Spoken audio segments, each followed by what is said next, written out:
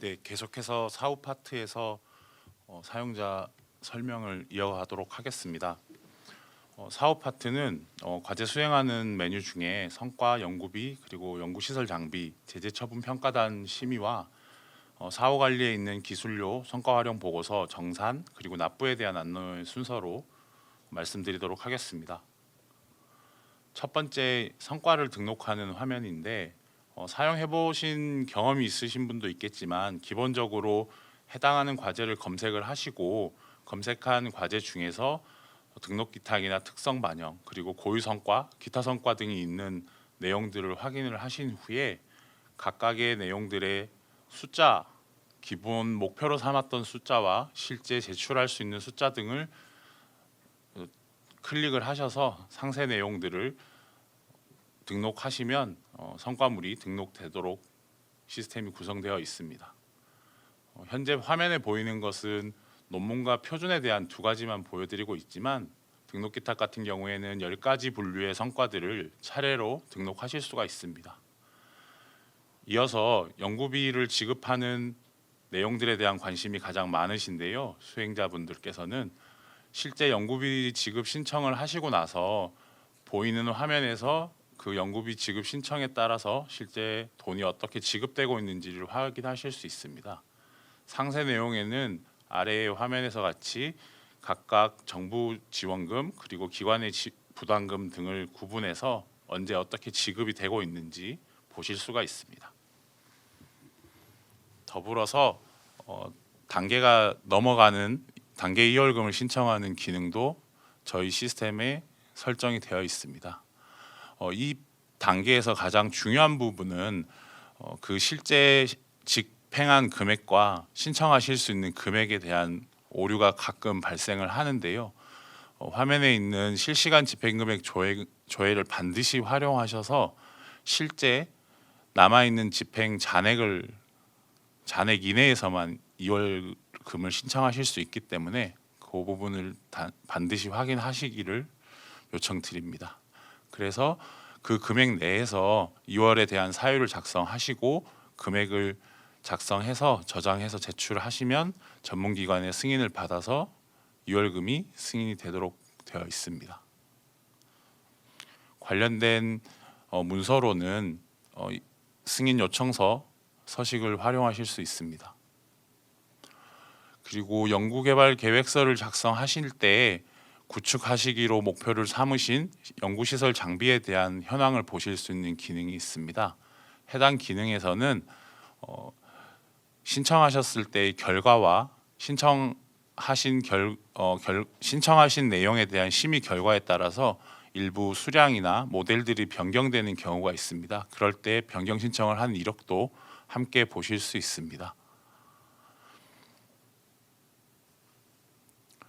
계속해서 연구를 진행하시다가 연구비의 집행이나 또 연구를 수행하시는 방법 등에 대해서 혹시라도 제재 처분을 받으신 경우에 대한 기능을 설명드리도록 하겠습니다.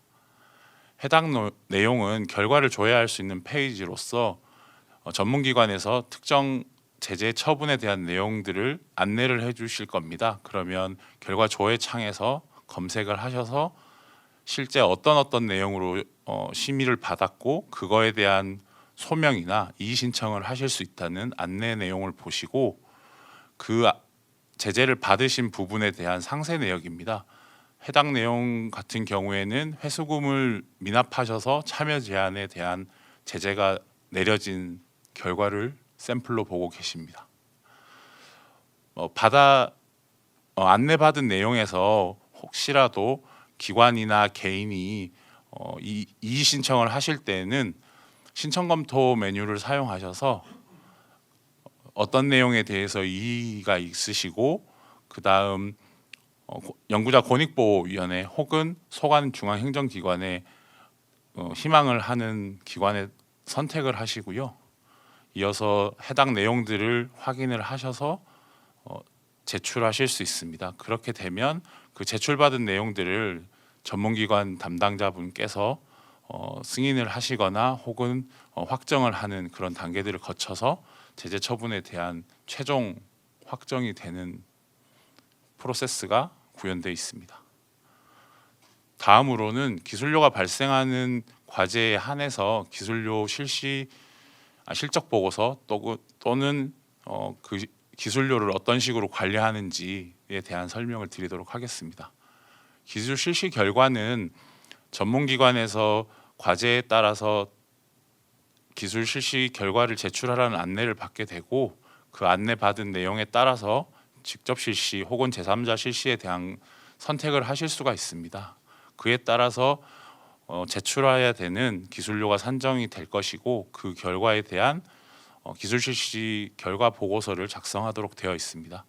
해당 내용은 과제에서 발생된 특허 등 기술 실시 내용에 따라서 좀 상이한 부분이 있지만, 대략적으로는 실시 계약 내용들을 작성하시고 그 근본이 되는 특허에 대한 정보를 넣어서 관련된 보고서를 작성할 수 있도록 구성되어 있습니다.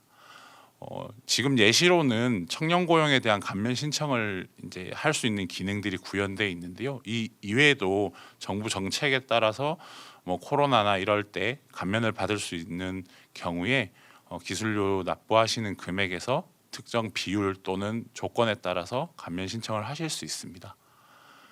그리고 기술 실시를 하는 과정에서 최초의 기술을 개발하고 실시했던 기관 이외에 제3의 기관에 성과를 이전하는 경우가 있을 수 있습니다. 그럴 때에는 반드시 저희 시스템에 들어오셔서 기존의 성과 소유 기관과 변경되는 성과 소유 기관에 대한 정보를 입력하시고 전문기관의 승인을 반드시 받으셔야 됩니다.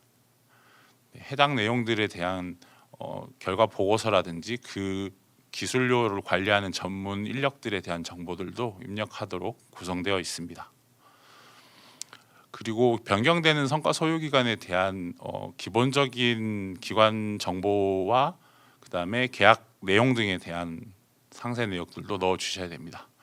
다음으로는 기술료를 징수하였을 경우에 징수받은 기술료를 어떻게 사용했는지에 대한 사용 실적 보고서 제출 기능입니다. 그 학교나 연구소 등에서는 해당 기술료에 대한 활용 방안 그리고 적절한 기준에 따라서 사용했는지 등을 실적 보고서로 제출할 의무가 있습니다. 네, 보시는 바와 같이 정해진 기준에 따라서 기존에 있던 금액들을 어떻게 분배해서 잘 썼는지, 그리고 또 다음 해에 넘겨서 계속해서 쓸 건지에 대한 내용들을 작성해 주셔야 됩니다. 네, 그리고 사후 관리 파트에서 성과물을 직접 입력하는 부분이 있고, 그 성과물들을 어떻게 활용하는지에 대한 성과 보고서 등록하는 기능이 또 있습니다. 등록하는 방법은 기본적으로 과제를 선택하고 해당 성과들을 다시 한번 확인해서 등록을 하는데, 화면에 보이는 이런 성과 활용 방식에 대해서 선택을 하시고 그 성과 활용 보고서를 첨부로 반드시 저장을 해주셔야 합니다. 해당 성과 활용 보고서는 앞서 작성하신 내용들을 이런 한글 파일의 형식으로 자동 저장되도록 되어 있습니다. 그리고 사업비를 사용하신 이후에 정산하는 프로세스에 대해서 설명드리겠습니다. 기본적으로 저희 아이리스에서는 직접적으로 연구비를 사용하는 내용에 대한 어떤 프로세스를 진행하지는 않고 통합 연구비 지원 시스템인 가이아에서 정산을 한 이후에 결과에 대한 확정 혹은 이의 신청에 대한 기능만 현재 운영되고 있습니다. 정산 대상 기관에서 알려준 정산 결과들을 화면에서 조회할 수 있고요. 조회된 결과에서 정부 지원 금액 그리고 정산한 결과의 불인정이나 혹은 반납을 해야 되는 금액들에 대해서 확인하실 수 있습니다. 앞서 보신 정산 결과에 대해서 이의 신청을 하실 경우에는 이의 신청 메뉴에서 그런 작성된 정산 결과들을 확인하신 후에 신청한 내용들에 대한 이의 신청 사유 그리고 관련 공문들을 작성을 해서 첨부해 주시면 전문 기관에게 이의 신청을 하실 수 있습니다. 다음으로는 기술료 그리고 환수금, 회수금 등에 대한 납부 방법을 안내 드리겠습니다. 먼저 기술료는 기술료 정산 결과에 따라서 납부 고지서와 납부 방식에 대한 안내를 받으실 겁니다. 그리고 상세하게 얼마 정도의 기술료를 납부해야 되는지 고지서까지 확인하실 수가 있고, 해당 내용들에 대해서 정해진 기한 내에 내시지 않으면 뒤에 이제 독촉이나 경고 등의 행정 절차들이 이어질 겁니다. 그리고 회수구매 같은 경우에는 정산 결과에 따라서 동일하게 안내를 받으시고 정해진 날짜 이내에 최종적으로 납부를 하셔야 합니다. 네, 환수금도 동일한 프로세스를 따르고 있고, 이어서 제재부과금에 대한 설명을 드리겠습니다. 제재부과금은 사실은 기존에 운영하셨던 사업에 대한 일종의 벌금의 형태로 어떤 처분의 결과로 제재부과금이 부과가 되는데, 해당 내용은 사실 안내나 독촉 경고에 대한 일정이 정해진 기한 내에 좀 반드시 지켜야 하는 부분들이 있기 때문에, 혹시라도 해당 내용들의 안내를 받으셨다면 반드시 기한 내에 적절한 조치를 취해 주셔야 합니다. 네, 그리고 기술료와 나머지 납부를 해야 되는 금액에 특정 사유가 있을 경우에는 그 납부 방식이나 금액들을 변경할 수 있는 기능이 있습니다. 현재 화면에 있는 기술료 같은 경우에는 혁신법에 따라서 추가로 감면할 수 있는 사항이 있어서 해당 연구개발기관에서 금액들을 변경해달라는 요청을 하는 화면을 예시로 보여드리고 있습니다. 다음으로는 회수금입니다. 회수금도 그 납부 기한을 천재지변이나 특정한 사유에 따라서는 변경을 신청할 수 있고, 변경 신청에 대한 승인을 받으시면 변경된 날짜까지 연장돼서 회수금을 납부해 주시면 되겠습니다. 네, 그리고 이러한 납부를 해야 되는 회수금, 환수금, 그리고 기술료에 대한 납부 현황들을 한 번에 볼 수 있는 기능이 있습니다. 그리고 해당 납부를 하는 경우에서 참고로 봐주시면 좋을 내용은, 앞서 말씀드린 대로 유예를 하거나 어떤 감면을 받는 경우에 특정 사업에서는 지급이행 보증 증권과 같은 대체 수단을 통해서 납부를 유예하는 경우가 있습니다. 이러한 내용들은 이제 증서 현황에서 함께 보실 수가 있습니다. 그리고 마지막 기능을 추가로 좀 설명드릴 것은, 일부 전문기관에서 최근 들어서 좀 많은 활용을 하고 있는 저희 아이리스 중에 시스템이 이제 연구노트 시스템이 되겠습니다. 물론 현재로서는 이 아이리스에서 사용되는 과제에 한해서 연구노트를 이제 사용하실 수 있고요.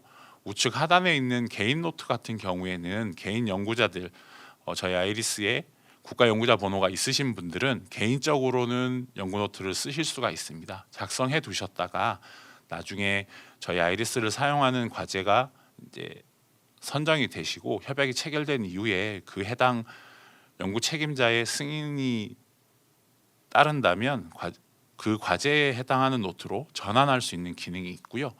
일부 질문 사항들 중에 대학교 산단이나 연구소에서 저희 연구노트 시스템을 기관 단위로 쓰시고 싶어하는 소요가 좀 있었는데요. 해당 내용은 현재까지는 저희 시스템적으로나 저희 준비 사항에서 과제 중심으로 관리가 되고 있기 때문에 향후에 그런 수요들이 좀 더 모인다면은 개선의 여지는 있을 것 같고요. 여기까지 사업 파트에서 준비한 설명을 마치도록 하겠습니다. 감사합니다.